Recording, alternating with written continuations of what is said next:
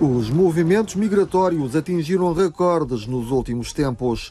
Uma verdadeira crise migratória no Mediterrâneo e crise de refugiados na Europa.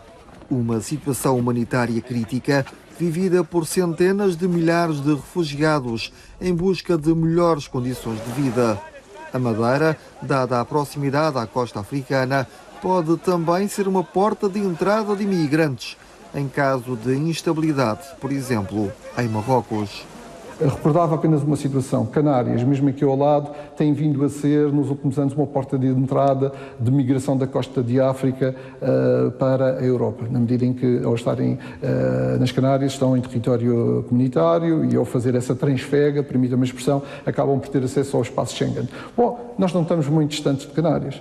A questão que talvez nós tenhamos que pensar é se, por exemplo, e entramos aqui no domínio da especulação, que também é importante para pensarmos um pouco, se Marrocos, eventualmente, passar por um estado de agitação e de substituição dos poderes instituídos, tal como aconteceu com o Egito, com a Tunísia ou com a Líbia, que impacto que isso eventualmente poderia ter para a Madeira na medida em que nós estamos praticamente colados sobre Marrocos. Portanto, esta questão das migrações é efetivamente um tema apaixonante, muito delicado, muito importante para a Europa. Resta saber se a Europa terá efetivamente a capacidade de enfrentar o desafio com a energia que ele carece. Para responder à crise migratória, constroem-se muros e barreiras com arame farpado. No entanto, o sociólogo madeirense entende que as medidas coercivas não são suficientes para travar a vaga de migração.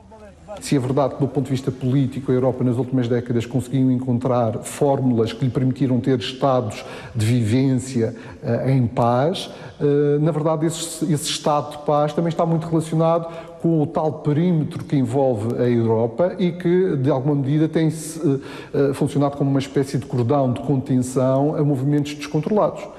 Todos nós sabemos que a situação agravou-se em termos de movimentos migratórios do Médio Oriente, do Norte da África e do Sul da Ásia para a Europa, a partir do momento em que passámos a ter uma geometria política diferente no Norte da África. Ou seja, todos os movimentos que marcaram o Egito, a Tunísia, a própria Líbia nos últimos anos e que têm implicações concretas ao nível da substituição dos poderes vigentes por outros poderes que, entretanto, se afirmaram, também permitiram o fortalecimento de redes informais de tráfico humano e que colocam à prova exatamente essa paz que nós tínhamos na Europa como solução garantida, como sendo resultado de políticas internas, mas que na prática também estão muito relacionadas com o tal efeito de cordão que esses Estados, nessas latitudes, tinham relativamente à Europa. Portanto, como é que nós lidamos com isto? Seguramente não é apenas com a construção de muros e a colocação de meios aéreos a vigiar as fronteiras e também com navios no mar. Essa poderá ser parte da solução, mas talvez a solução mais sustentável seja aquela que esteja apostada em devolver aos contextos de onde são oriundos esses movimentos migratórios condições para que eles efetivamente não se sintam a apetência por essas deslocações. Face a esta realidade, resta saber se será possível uma Europa sem fronteiras. É uma ideia bonita, sem dúvida, resta saber se é execuível. Pelo menos neste momento sabemos bem que é muito difícil de implementar. Começa a ser difícil de implementar, talvez porque a Europa não tenha a densidade e as características que permitem a afirmação de um espaço homogéneo onde essa livre circulação se possa fazer de forma natural, não é?